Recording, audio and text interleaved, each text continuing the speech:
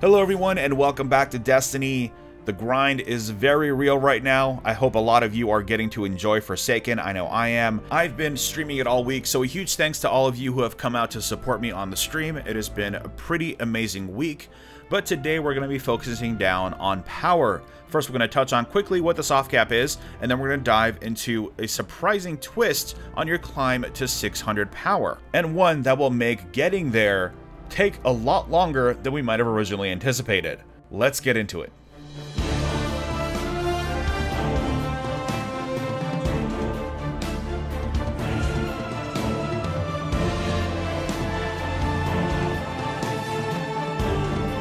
Alright, so for anything in this guide to apply, you're going to need to reach the actual soft cap of 500.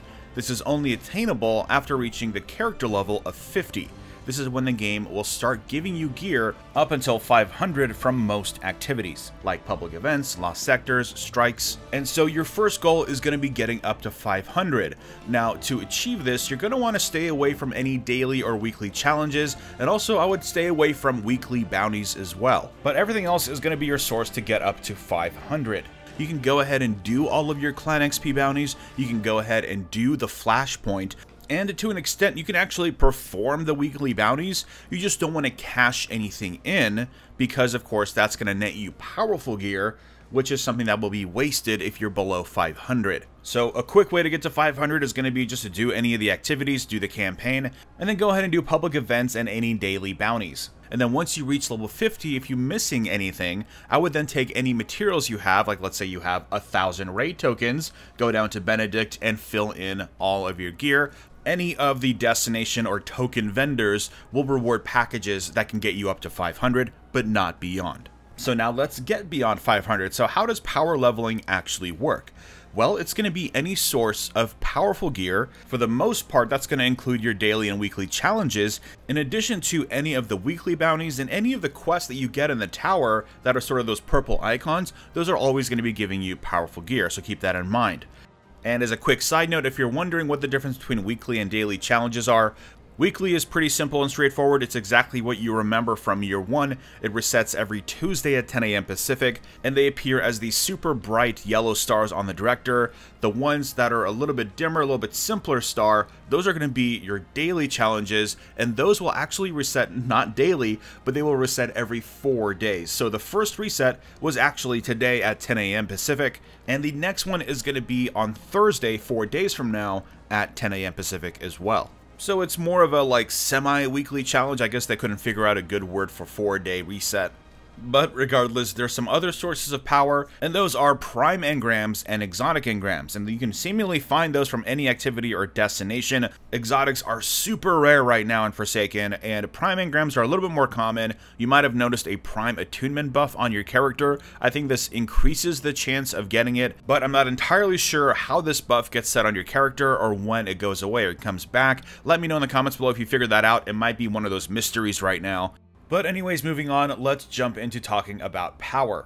So of course, the big climb is going to be from 500 to 600. As I teased earlier, it's not going to be an easy task. It might actually take us a few months to reach it, which is going to make it very impressive when you see somebody at 600 power, and I think that's sort of the point now. Combining that with how expensive Infusion is, I think the whole idea is that you shouldn't have to worry about always being at your maximum potential power. As long as you can get the activities done, we shouldn't feel bad about not being at maximum power. But of course, that's not what this video is all about. This is how to get to 600 power so you can show it off to all of your friends. So the game seems to be working in these little mini soft caps every 20 power from 500 to 600. And the way it works is that up until the difficulty level of a certain activity, for the most part, it's going to grant you larger leaps of power, which right now seems to be +5. Once you reach the power requirement for that activity and beyond, it will only grant you +1 from that same activity. So a good example is going to be the Nightfall. That's set to 540 recommended power. So that means that up until you reach 540 with your character, the Nightfall will continue to reward you +5 on the powerful engram that it gives you, But then once you reach 540 and go beyond it, the Nightfall will only grant you +1. So the first soft cap is going to be at 520. Once you reach and surpass 520, the daily and weekly challenges as well as the weekly bounties are going to stop giving you a major boost in power. Once you reach 540, and I don't think anybody has reached 540, it is assumed that the Nightfall and maybe some parts of the Dreaming City are going to stop giving you larger boosts of power. We know the Nightfall will definitely be the case because it is set at a 540 difficulty. Once you surpass that, it's going to stop giving you those +5s, and it's going to give you the +1. The next one is at 560, and a lot of people think this is where a lot of those solo activities in the Dreaming City will stop rewarding you the +5. After that is 580, which is sort of the leading theory as to what the recommended power is going to be for the raid Last Wish. Yeah, that seems pretty insane. And so it might be a little bit of time before your team can go through the raid and get it done, which honestly makes me very happy. I was sort of getting tired of this game being really easy or a walk in the park. I'm glad that they brought the real grind back to Destiny. It's going to be a bit of an uphill battle, but we're all going to get there. And then, of course, there's the elusive 600. A lot of people are thinking this is where Prestige is going to come in, but of course, we're going to have to wait and see. So anyways, let me know in the comments below what you think of these little mini soft caps between 500 and 600. Also, if you have any other tips on how to get there a little bit quicker, be sure to share them down below. But anyways, thanks for watching, happy gaming, and I will see you all next time.